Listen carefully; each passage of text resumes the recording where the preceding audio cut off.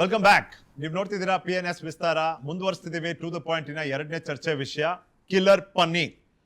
ಈ ಚರ್ಚೆ ವಿಷಯ ಕೈಗೆ ತಗೊಳ್ಳೋದಕ್ಕೆ ಕಾರಣ ಏನಪ್ಪಾ ಅಂದ್ರೆ, ಇಷ್ಟು ಮುಕ್ತವಾಗಿ ಮಾರುಕಟ್ಟೆಯಲ್ಲಿ ಈ ಕಳಪೆ ಗುಣಮಟ್ಟದ ಪನ್ನೀರನ್ನ ಏನೋ ದೊಡ್ಡ ಒಂದು ಡಿಶ್ ಅನ್ನೋ ರೀತಿನಲ್ಲಿ ಮಾರಾಟ ಮಾಡ್ತಿದಾರಲ್ಲ, ಇದನ್ನ ತಡೆಯೋದಾದ್ರೂ ಹೇಗೆ?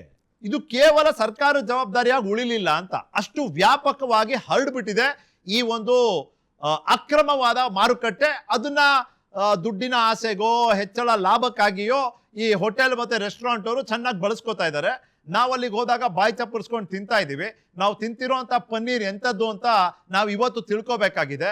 ಮಹಾರಾಷ್ಟ್ರ ಅಂತ ಒಂದು ರಾಜ್ಯದಲ್ಲಿ ರಾಜ್ಯ ವ್ಯಾಪಿ ಈ ಅನಲಾಗ್ ಪನ್ನೀರ್ ಅಂತ ಏನ್ ಕರೀತಾರೆ, ಅನಲಾಗ್ ಚೀಸ್, ಅದನ್ನ ಪನ್ನೀರ್ ಆಗಿ ಮಾರಾಟ ಏನ್ ಮಾಡ್ತಿದ್ದಾರೆ, ಅದ್ರ ಮೇಲೆ ಪೂರ್ಣ ಪ್ರಮಾಣದ ಬ್ಯಾನ್ ಅನ್ನ ಹೇರ್ಬಿಟ್ಟಿದೆ. ಯಾವುದೇ ಕಾರಣಕ್ಕೂ ಇದು ಜನರ ತಟ್ಟೆ ತಲುಪಬಾರ್ದು ಅನ್ನೋದು ಅಲ್ಲಿನ ಸರ್ಕಾರದ ಉದ್ದೇಶ. ಇಲ್ಲಿ ಮುಂದಿನ ದಿನಗಳಲ್ಲಿ ಏನನ್ನ ನಾವು ನಿರೀಕ್ಷಿಸಬೇಕು, ನಮ್ಮ ಆರೋಗ್ಯನ ನಾವು ಹೇಗೆ ಕಾಪಾಡ್ಕೋಬೇಕು, ಮಾತಾಡೋದಕ್ಕೂ ಮುಂಚೆ ಈ ಚರ್ಚೆಯ ವಿಸ್ತಾರವನ್ನು ನಿರ್ಧರಿಸೋ ಪ್ರಮುಖ ಪ್ರಶ್ನೆಗಳನ್ನ ನಾವು ನೋಡೋಣ. ಮಾರುಕಟ್ಟೆಯಲ್ಲಿ ಕೃತಕ ಪನ್ನೀರ್ ಹಾವಳಿ ತಡೆಗಟ್ಟಲು ಸರ್ಕಾರ ಕೈಗೊಂಡಿರುವಂಥ ಕ್ರಮಗಳು ಎಷ್ಟು ಪರಿಣಾಮಕಾರಿ?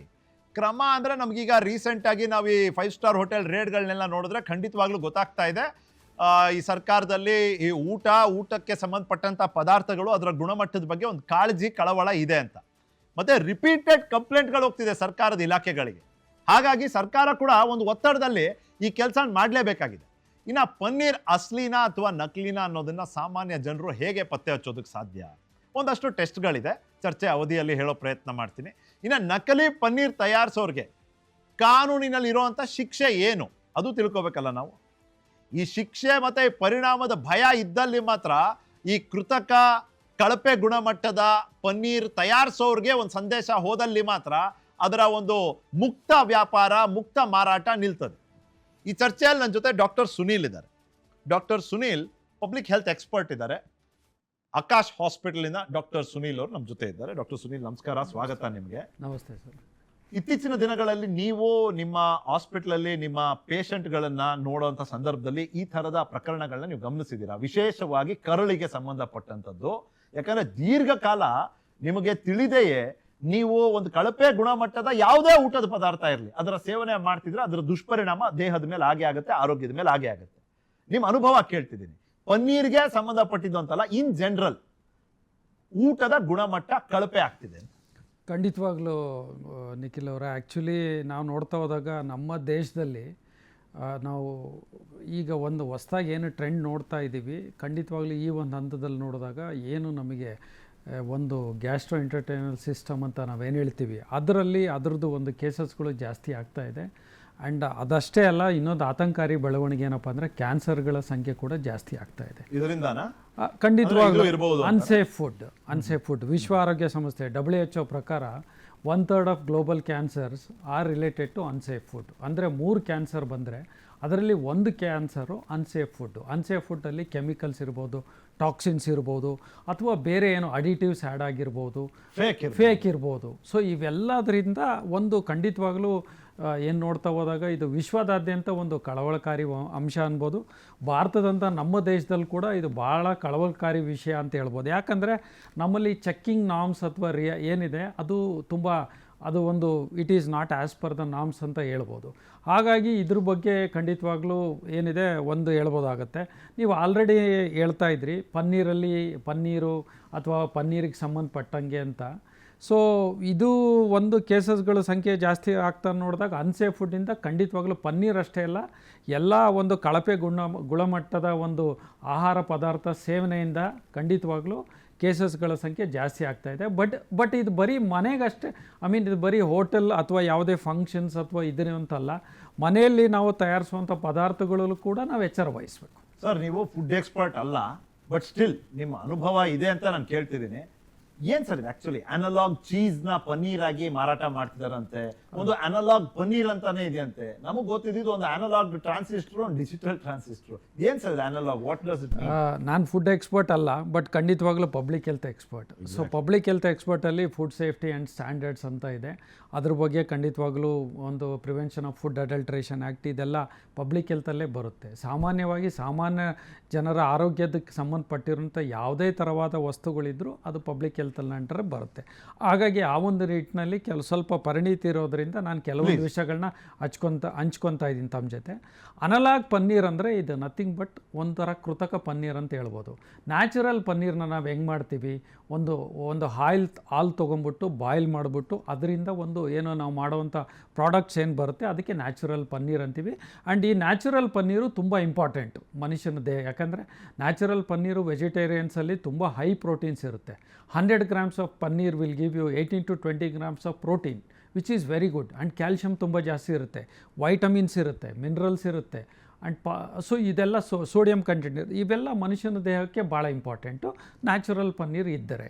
ನ್ಯಾಚುರಲ್ ಪನ್ನೀರ್ ಸೇವನೆ ಮಾಡೋದ್ರಿಂದ ಖಂಡಿತವಾಗ್ಲೂ ಪ್ರೋಟೀನು, ಕ್ಯಾಲ್ಶಿಯಮ್, ವೈಟಮಿನ್ಸ್ ಎಲ್ಲ ನಮ್ಗೆ ಸಿಗುತ್ತೆ. ಬಟ್ ಆರ್ಟಿಫಿಷಿಯಲ್ ಪನ್ನೀರ್ ಅಂದರೆ ಇದು ಏನು ಮಾಡ್ತಾರಂದರೆ ಇದರಲ್ಲಿ ಜನಗಳಿಗೆ ಒಂಥರ ಏನು ಸ್ಟಾರ್ಚ್ ಯೂಸ್ ಮಾಡ್ತಾರೆ, ಪಾಮ್ ಆಯಿಲ್ ಯೂಸ್ ಮಾಡ್ತಾರೆ, ಮತ್ತು ವನಸ್ಪತಿ ಯೂಸ್ ಮಾಡ್ತಾರೆ, ಮತ್ತು ಕೆಮಿಕಲ್ ಡಿಟರ್ಜೆಂಟ್ಸು, ಈ ಥರ ಹಲವಾರು ಪದಾರ್ಥಗಳು.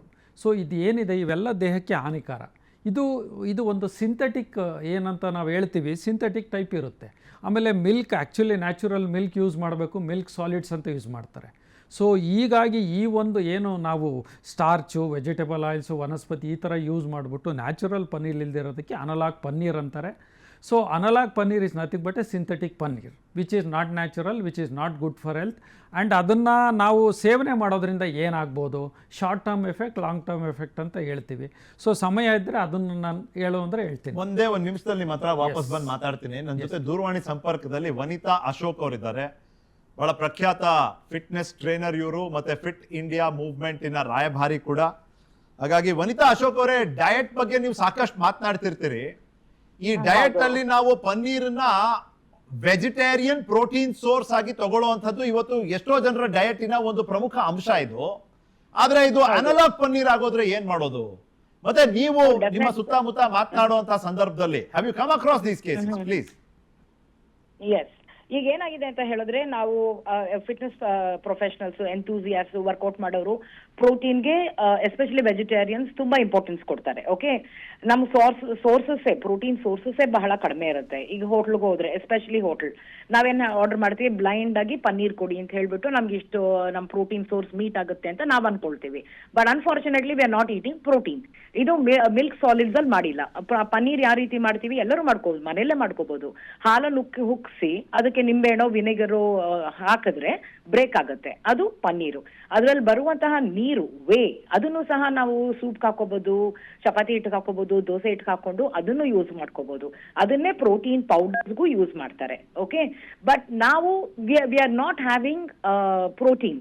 ಈಗ ಹೋಟ್ಲ್ ಹೋಗಿ ಅನಲಾಗ್ ಪ್ರೋಟೀನ್ ತಗೊಂಡಾಗ ವಿ ಆರ್ ಚೀಟೆಡ್. ಸೊ ಅವರು ಮೆನ್ಷನ್ ಮಾಡಬೇಕು, ನಾವು we are not getting protein but we are getting vegetable oil, emulsifiers, ಮತ್ತೆ ಸ್ಟಾರ್ಚು, ಈ ತರ ಮಿಲ್ಕ್ ಸಾಲಿಡ್ಸ್ ಆ ತರ ಬರ್ತಾ ಇದೆ. But we are not getting the protein. So we are deprived of the protein. ನಾವು ಪ್ರೋಟೀನ್ ಬಂತು ಅಂತ ಅನ್ಕೊಳ್ತೀವಿ, unfortunately it's not. So the hotel has to inform, is it analog protein or is it paneer? And we as consumers now ಪ್ರಶ್ನೆ ಕೇಳಬೇಕು, what protein have you used? ಅವ್ರಿಗೆ ಹೇಳೋದಿಲ್ಲ, ಕಕ್ಕ ಬಿಕ್ಕಿ ಆಗ್ಬಿಡ್ತಾರೆ. ಈ ಅನಲಾಗ್ ಪನ್ನೀರ್ ಅದೆಲ್ಲ ಸರ್ವ್ ಮಾಡೋದವ್ರಿಗೆ ಗೊತ್ತೇ ಇರೋದಿಲ್ಲ. ಓಕೆ, ನಾವು ಫೈಂಡ್ ಔಟ್ ಮಾಡಬೇಕು ಯಾವ ರೀತಿ ಇರುತ್ತೆ ಅದು ಅಂತ. So that is very easy. If you want me to go head and talk, ಈಗಲೇ ಹೇಳ ಈ ತರದ ಕಳಪೆ ಗುಣಮಟ್ಟದ ಊಟದ ಪದಾರ್ಥಗಳನ್ನ ನಮ್ಗೆಲ್ರಿಗೂ ತಿನ್ನಿಸ್ತಾ ಬರ್ತಾರಲ್ಲ, ಇವ್ರಿಗೆ ಶಿಕ್ಷೆ ಆಗಿರೋದು ಯಾವತ್ತಾರು ನೀವು ಕಂಡಿದ್ದೀರಾ? ಇಲ್ಲ. ಗ್ರಾಹಕರ ಅಧಿಕಾರನೇ ಇಲ್ಲ ಅಂತ ವಿ ಫಾರ್ಗಾಟ್ ರೈಟ್ಸ್. ನಮ್ಗೆ ಏನಿದೆ ಅಧಿಕಾರ ಅಂತಾನೆ ನಾವು ಮರ್ತ್ಬಿಟ್ಟಿದೀವಿ. Please Vanitha Ashok. Consumers have a right. ಎಲ್ಲತ್ರಲ್ಲೂ ರೈಟ್ ಇದೆ ನಮ್ಗೆ. ಓಕೆ, ನಾವು ಏನೇ ಸೇರ್ಸಿದ್ರು, ವಾಟ್ ಆರ್ ದ ಇಂಗ್ರೀಡಿಯೆಂಟ್ಸ್ ಅವರಲ್ಲಿ ಮೆನ್ಯುವಲ್ ಬರಿಬೇಕು. ವೆಜ್ ನಾನ್ ವೆಜ್ ಒಂದೇ ಬರೆಯೋದಲ್ಲ, ಏನೇನು ಯೂಸ್ ಮಾಡಿದ್ದಾರೆ ಅಂತ ಬರೀಬೇಕು. ಈಗ ಏನಾದ್ರು ಪ್ರಾಡಕ್ಟ್ಸ್ ತಗೊಂಡ್ರೆ ಲೇಬಲ್ ಅಲ್ಲಿ ಮೆನ್ಷನ್ ಮಾಡಬೇಕು ಏನಿದೆ ಅಂತ. ಸೊ ಅದು ಇಲ್ಲದೆ ನಾವು without reading the labels, without knowing what you are eating, ನಾವೇ ನಮ್ಮ ಕನ್ಸ್ಯೂಮರ್ ನಾವೇ ಬೈಕೋಬೇಕು. The best thing to do is ಆದಷ್ಟು ಹೋಮ್ ಕುಕ್ಡ್ ಫುಡ್ ಮಾಡ್ಕೊಳ್ಳಿ. ಈಗ ಹಾಲು ಅಷ್ಟೇ, ನೀವು ಹಾಲು ತಗೊಳ್ತೀರಾ ಅಂತ ಅನ್ಕೊಳ್ತೀರಿ, if you are not buying from a good brand, good label, ಅದು ಸ್ಟಿರಾಯ್ಡ್ಸ್ ಹಾಕಿರ್ತಾರೆ ಹಾಲಿಗೆ. ಓಕೆ, ಐ ಮೀನ್ ಹಸುಗಳಿಗೆ ಪ್ರೊಡಕ್ಷನ್ ಚೆನ್ನಾಗಿ ಆಗ್ಲಿ ಅಂತ. We are consuming that. ಅದಕ್ಕೆ ಅಲ್ವಾ ಹೆಣ್ಮಕ್ಳಿಗೆಲ್ಲ ಪೀರಿಯಡ್ಸ್ 8 yearsಗೆ ಬರ್ತಾ ಇದೆ, ಮಂತ್ಲಿ ಪೆರಿಮೆನೋಪಾಸ್ ಎಲ್ಲ 35ಗೆ ಸ್ಟಾರ್ಟ್ ಆಗ್ತಾ ಇದೆ. All this is because of that. ಮೊದಲು ಕೇಳಿದ್ರ ಇದೆಲ್ಲ? ಕೇಳೇ ಇಲ್ಲ ನಾವು. ಈಗೆಲ್ಲ ಆಗ್ತಿರೋದು it's because of this adulteration, because of this marketing strategy. Because ಈಗ ಚಿಕನ್ ಅಷ್ಟೇ, ಗ್ರೋತ್ ಹಾರ್ಮೋನ್ ಹಾಕ್ಬಿಟ್ಟು ಜಾಸ್ತಿ ಮೀಟ್ ಬರುತ್ತೆ, ನಮ್ಗೆ ಸೆಲ್ ಮಾಡ್ತಿದ್ರೆ ತಿಂತಿರೋರು ಯಾರು? ನಾವು. As consumers, don't you think we also should be alert? Absolutely. ಮತ್ತೆ ಈ ಲೇಬಲ್ಗಳನ್ನ ಓದಿ ನಂಬುವಂತ ಕಾಲ ಮುಗೀತು ಮೇಡಮ್. ಆಕ್ಚುಲಿ ಮೊನ್ನೆ ನಾನು ಓದ್ತಾ ಇದ್ದೆ, food and safety standards act ಅಲ್ಲಿ ಬಹಳ ಸೀರಿಯಸ್ ಪೆನಾಲ್ಟಿಗಳು ಹಾಕಿದ್ದಾರೆ. ಮತ್ತೆ recently one of the high courts in the country ತುಂಬಾ ಒಂದು ದೊಡ್ಡ ಬ್ರ್ಯಾಂಡ್ ಗೆ ಹೇಳ್ತು, ನೀನ್ 100% ನ್ಯಾಚುರಲ್ ಅಂತ ಹಾಕೊಳ್ಳಂಗಿಲ್ಲ, ಇನ್ಮೇಲೆ ತೆಗಿ ಅದನ್ನ ಲೇಬಲ್ ಮೇಲಿಂದ ಅಂದ್ರೆ. ಈ ಲೇಬಲ್ ಗಳನ್ನು ನಾವು ಎಷ್ಟು ನಂಬೋದು? ಡಾಕ್ಟರ್, ನೀವ್ ಮಾತಾಡ್ಬೋದಾ? Vanitha madam, if you can stay on the call for 2 more minutes please. Doctor ಹೇಳಿ, ಈ ಲೇಬಲಿಂಗು, ಮಿಸ್ಲೇಬಲಿಂಗು, ಮಿಸ್ಲೀಡಿಂಗು ಇದ್ರ ಬಗ್ಗೆ. ಅಲ್ಲ, ಖಂಡಿತವಾಗ್ಲೂ ಎಲ್ಲದರಲ್ಲೂ ಇರುತ್ತೆ. ಈಗ ನೋಡಿ, ಲಾಸ್ಟ್ ಕರ್ನಾಟಕದಲ್ಲೇ ನಾನು ಎಕ್ಸಾಂಪಲ್ ಹೇಳಿದ್ರೆ, ರೀಸೆಂಟ್ಲಿ ಒಂದು ಏನು ಲೇಬಲ್ ಇಲ್ದಿರೋ ಪನ್ನೀರ್ ನೋಡಿದಾಗ 4 ಸ್ಯಾಂಪಲ್ಸ್ ಅಷ್ಟೇ ಫಿಟ್ ಇದೆ ಸ್ಯಾಂಪಲ್ ಔಟ್ ಆಫ್ 163. ಅಂದರೆ 163 ಅಂದರೆ it is around 3%, less than 3% ಅಷ್ಟೇ ಸೇಫ್ ಟು ಕನ್ಸ್ಯೂಮ್ ಅಂತ ಇದೆ. This is unlabelled paneer product. ಇದು ನಂದು ಡೇಟಾ ಅಲ್ಲ, ಕರ್ನಾಟಕ ಗೌರ್ಮೆಂಟ್ ಅವರು ರೀಸೆಂಟ್ ಆಗಿ ಏಪ್ರಿಲ್ ಅಟ್ಯಾಕ್ ಮಾಡಿದಾಗ ಸಿಕ್ಕಿರೋದು. ಇನ್ಫ್ಯಾಕ್ಟ್ ಡಾಕ್ಟರ್, ಇದು ಕರ್ನಾಟಕಕ್ಕೆ ಸೀಮಿತ ಇಲ್ಲ. ಮಹಾರಾಷ್ಟ್ರದಲ್ಲಿ 260 samples, 30 of them are found to be fake. Absolutely. Gujarat ನಲ್ಲಿ ಅಹಮದಾಬಾದ್ ಅಲ್ಲಿ ಒಂದು ಸರ್ವೆ ಮಾಡ್ತಾರೆ, ಅಲ್ ಅಬೌಟ್ 200 some samples, 25 ಕಿನ ಜಾಸ್ತಿ ಫೇಕ್.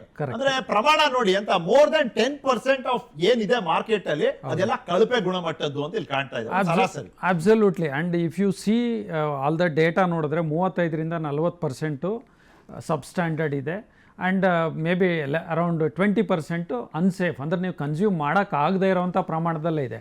ಹಾಗಾಗಿ ಒಂದು ಇದು ಅನ್ಬ್ರ್ಯಾಂಡೆಡಲ್ಲಿ ಮಾಡಬೇಕು, ಎರಡನೇದು ಬ್ರ್ಯಾಂಡೆಡಲ್ಲಿ ಚೆಕ್ ಮಾಡಬೇಕು. ಯಾವಾಗ ಮಾಡಿದ್ದಾರೆ? Where is the guarantee? Because I know very sure, definitely ಯಾವುದೇ ಲೇಬಲ್ ಪ್ರಾಡಕ್ಟ್ಸ್ ಇರಲಿ ಎಲ್ಲೂ ಆಗಲ್ಲ. ನಮ್ಮ ದೇಶದಲ್ಲಿ ಲೇಬಲಲ್ಲಿ ಇರೋದೊಂದು, ಒಳಗಡೆ ಇರೋದೊಂದು. So most of the times ಈಗ ನಾವು ಕೆಲವೊಂದು ಮಾತ್ರೆಗಳಿಗೆ ಕ್ವಾಲಿಟಿ ಚೆಕ್ ಅಂತ ಮಾಡ್ತೀವಿ. Every year we do quality check. So ಆ ಥರ ಕ್ವಾಲಿಟಿ ಚೆಕ್ಕು ಫುಡ್ ಪ್ರಾಡಕ್ಟ್ಸಿಗೆ ಬರಬೇಕು. ಫುಡ್ ಪ್ರಾಡಕ್ಟ್ಸಿಗೆ ಬಂದರೆ ಆಗುತ್ತೆ. ಸೊ ಒಂದು ಚೆಕ್ಕಿಂಗು ಬರೀ ಅನ್ಲೇಬಲ್ಡ್ ಪ್ರಾಡಕ್ಟ್ ಅಲ್ಲ, ಲೇಬಲ್ಡ್ ಪ್ರಾಡಕ್ಟಲ್ಲೂ ಮಾಡಬೇಕು. ಅಂದರೆ ಫುಡ್ ಅಡಲ್ಟ್ರೇಷನ್ ಅಂದರೆ ಏನು? 50% ಇರಬೇಕು, ಅದರಲ್ಲಿ 10% ಇದ್ದರೂ ಕೂಡ ಅದು ಅಡಲ್ಟ್ರೇಷನ್. ಬಿಕಾಸ್ 40% ಇದ್ದರೂ ಅಡಲ್ಟ್ರೇಷನ್, 50% ಅದು ಆ ಪ್ರಮಾಣದಲ್ಲಿ ಇರಬೇಕು. ಅದಕ್ಕೆ ಕ್ವಾಲಿಟಿ ಚೆಕ್ ಆಗಬೇಕು. ಸರ್ಕಾರ ಇದ್ರ ಬಗ್ಗೆ ಮಾಡಬೇಕು. ಈ ಮಹಾರಾಷ್ಟ್ರದಲ್ಲಿ ಅನಲಾಗ್ನ ಬ್ಯಾನ್ ಮಾಡಿದ್ದಾರೆ, ಅನಲಾಗ್ ಪನ್ನೀರ್ನ, which is a very good initiative. State wise ban, which is a very good initiative. ಇವತ್ತು ನಾನು ನಮ್ಮ ರಾಜ್ಯದ ಆರೋಗ್ಯ ಸಚಿವರಾದ UT ಖಾದರ್ ಸರ್ ಅವರು ಕೂಡ ಇದನ್ನು ಬ್ಯಾನ್ ಮಾಡೋವಂಥ ನಿಟ್ಟಿನಲ್ಲಿ ಯೋಚನೆ ಮಾಡ್ತಿದ್ದೀವಿ ಅಂತಾರೆ. If they do that will be very good. And last point I just want to tell you, Maharashtra 1300 kg 6 months back ಸಿಕ್ಕಿದೆ. ಎಲ್ಲಿಗೆ? On the way to transporting in north India. 850 kgs ಹೈದರಾಬಾದಲ್ಲಿ ಹತ್ರ ಸಿಕ್ಕಿದೆ.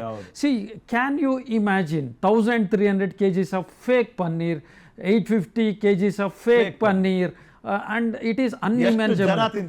ಎಷ್ಟು ಜನ ತಿಂತಿರ್ತಾರೆ, and it is a factory. People are there, they are producing it.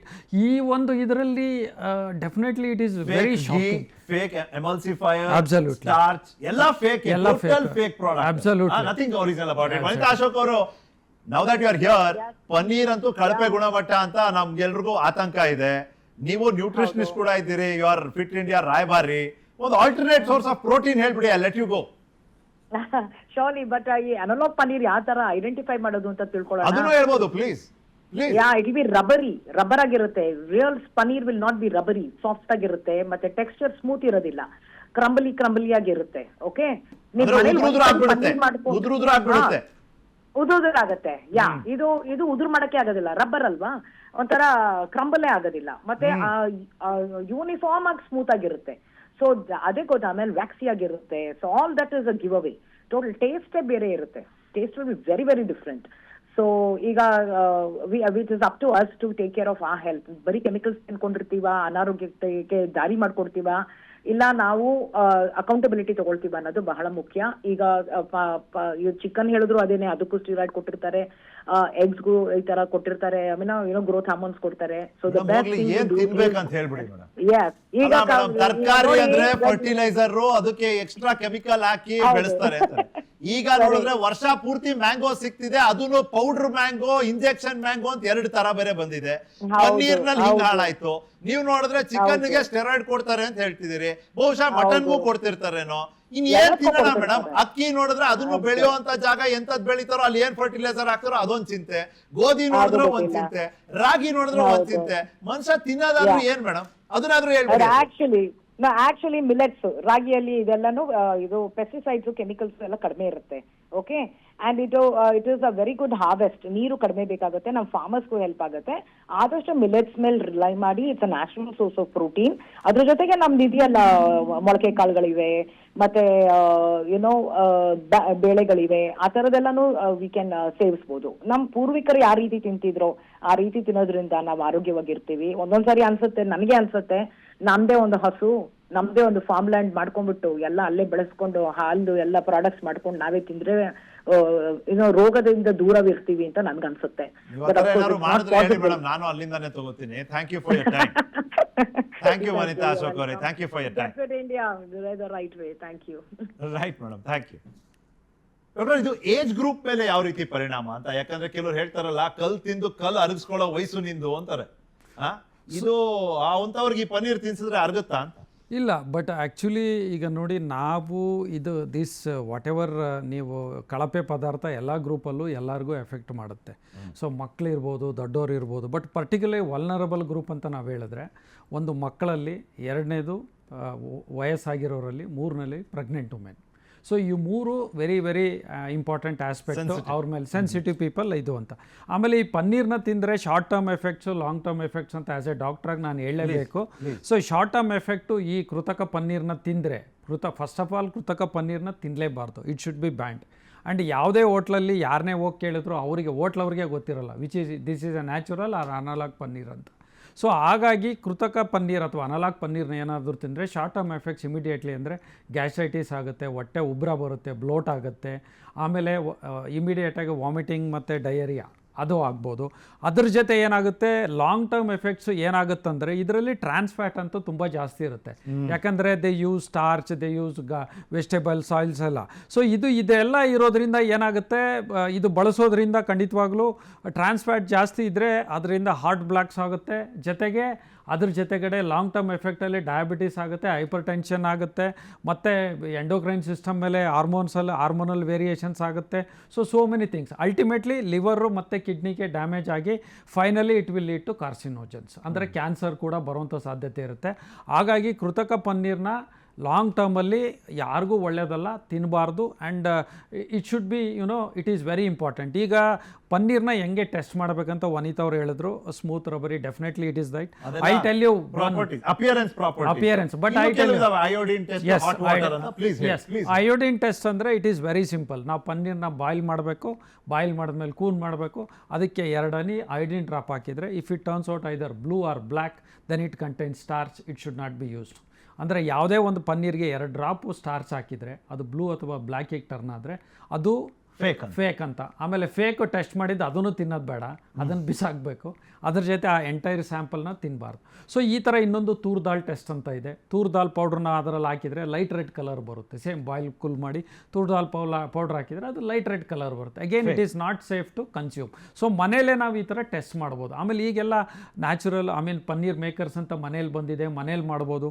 Natural ಆಗಿ ಜನಗಳು ಬೇಕಂದರೆ ಮನೇಲೇ ಹಾಲನ್ನ ಚೆನ್ನಾಗಿ ಬಾಯ್ಲ್ ಮಾಡಿ, ಕಡ್ಲಿಂಗ್ ಮಾಡಿ, ಅದಕ್ಕೆ ಒಂದಿಷ್ಟು ಒಂದು ನಾವು ಲೈಮ್ ಅಥವಾ ವಿನೆಗರ್ ಅಂತ ಹಾಕಿ ಅದನ್ನು ಕೂಡ ನ್ಯಾಚುರಲ್ ಪನ್ನೀರಾಗಿ ಮಾಡ್ಕೋಬೋದು. ಫಾರ್ ಎವ್ರಿಥಿಂಗ್ ನೀವು ಆಗಲೇ ಕೇಳ್ತಾ ಇದ್ರಿ ಏನು ತಿನ್ನಬೇಕು, ಏನು ತಿನ್ನಬಾರ್ದು. ಮನೆ ಮೇಲೆ ನಾವು ತರಕಾರಿ ಬೆಳ್ಕೊಂಡು ನಾವು ತರಕಾರಿ ತಿನ್ನಬೇಕು ಅಂತ. ಸೊ ನಾವು ತಿನ್ನೋದು ಫೇಕು ಅದಿರ್ಬೋದು, ತಿನ್ನೋ ವಿಧಾನವೂ ಫೇಕ್ ಇರುತ್ತೆ. WHO ಹೇಳುತ್ತೆ 100 ಇದರಲ್ಲಿ ನಮ್ಮದು 50% ವೆಜಿಟೇಬಲ್ಸು, ಫ್ರೂಟ್ಸು ಆ ಥರ ಇರಬೇಕು ಅಂತ. ಅದನ್ನು ನಾವು ಕರೆಕ್ಟಾಗಿ ಕನ್ಸ್ಯೂಮ್ ಮಾಡ್ತಾಯಿದ್ದೀವ. ಒಂದು ಇಂಪಾರ್ಟೆಂಟ್ ಉದಾಹರಣೆ ಹೇಳಿದ್ರೆ, ಮೊದಲೆಲ್ಲ ಇಡ್ಲಿಗೆ ಹೋದಾಗ ತಮಿಳ್ನಾಡಲ್ಲಿ ಇಡ್ಲಿ ಜೊತೆ ಅಕ್ಕಿ ಜೊತೆ ತೂರ್ ದಾಲ್ ಹಾಕ್ತಾಯಿದ್ರು. ಸೊ ತೂರ್ ದಾಲ್ ಹಾಕಿದಾಗ ಇಟ್ಸ್ ಎ ವೆರಿ ಗುಡ್, 50% ಇದು 50% ಅದು. ಈಗ ಕೆಲವು ಕಡೆ ಬಿಕಾಸ್ ಆಫ್ ದ ಕಾಸ್ಟ್ ಜಾಸ್ತಿ ಇದಾಗುತ್ತೆ. So it may increase the prevalence of diabetes. ಈ ಥರ ನಾವು ಈಗ ನಮ್ಮ ದೇಶದಲ್ಲಿ ನೋಡಿದಾಗ ಡಯಾಬಿಟಿಸ್ ಯಾಕೆ ಜಾಸ್ತಿ ಅಂದರೆ ಸೊ ಈ ಥರ ಒಂದು ಫುಡ್ ಹ್ಯಾಬಿಟ್ಸ್ ಇರೋದ್ರಿಂದ. ಹಾಗಾಗಿ ನಾನು ಪನ್ನೀರಿಗೆ ಸಂಬಂಧಪಟ್ಟಂಗೆ ಬಂದಾಗ ನೋಡ್ತಾ ಹೋದರೆ ಖಂಡಿತವಾಗ್ಲೂ ಇದೇನಿದೆ this is really very alarming. ಪ್ರಶ್ನೆ ಅಂದ್ರೆ ನಾವು ಏನೇ ತಿಂದ್ರು ಹೊಟ್ಟೆಗೆ ಹೋಗೋದು. ಹೊಟ್ಟೆ ಅಂದ್ರೆ ಕರುಳಿಗೂ ನಮ್ಮ ಮೆದುಳಿಗೂ ಸಂಬಂಧ ಇದೆ, ಕರುಳಿಗೂ ನಮ್ಮ ರೋಗ ನಿರೋಧಕ ಶಕ್ತಿಗೂ ಸಂಬಂಧ ಇದೆ. ದೀರ್ಘಕಾಲ ಚಿಕ್ಕ ವಯಸ್ಸಲ್ಲಿ ತಿಂದು ಅರಗಿಸ್ಕೊಳ್ಳೋ ವಯಸ್ಸಲ್ಲೂ ಕೂಡ ಇದನ್ನ ತಿಂದು ಅವತ್ತಿನ ದಿನಕ್ಕೆ ಅರಗಿಸ್ಕೊಂಡ್ರು what are the long term implications? Absolutely please. ಅದೇ ಲಾಂಗ್ ಟರ್ಮ್ ಇಂಪ್ಲಿಕೇಶನ್ಸ್ ರೋಗ ನಿರೋಧಕ ಶಕ್ತಿ ಮೇಲೆ ದಾಳಿ ಅಲ್ವಾ? ಎಂಟೈರ್ ಇಮ್ಯುನಿಟಿಯಲ್ಲಿ ಕಮ್ಮಿ ಬರುತ್ತೆ. ಸೊ ಇಮ್ಯುನಿಟಿ ಕಮ್ಮಿ ಆಗ್ತಾ ಹೋಗುತ್ತೆ. ನಿಮಗೆ ಲಾಂಗ್ ಟರ್ಮ್ ಎಫೆಕ್ಟ್ಸ್ ನೋಡ್ತಾ ಹೋದಾಗ ಲಿವರು, ಕಿಡ್ನಿ ಮತ್ತೆ ಹಾರ್ಟ್ ಮೇಲೆ ಎಫೆಕ್ಟ್ಸ್ ಇರುತ್ತೆ, ಕ್ಯಾನ್ಸರ್ಸ್ ಆಗುತ್ತೆ.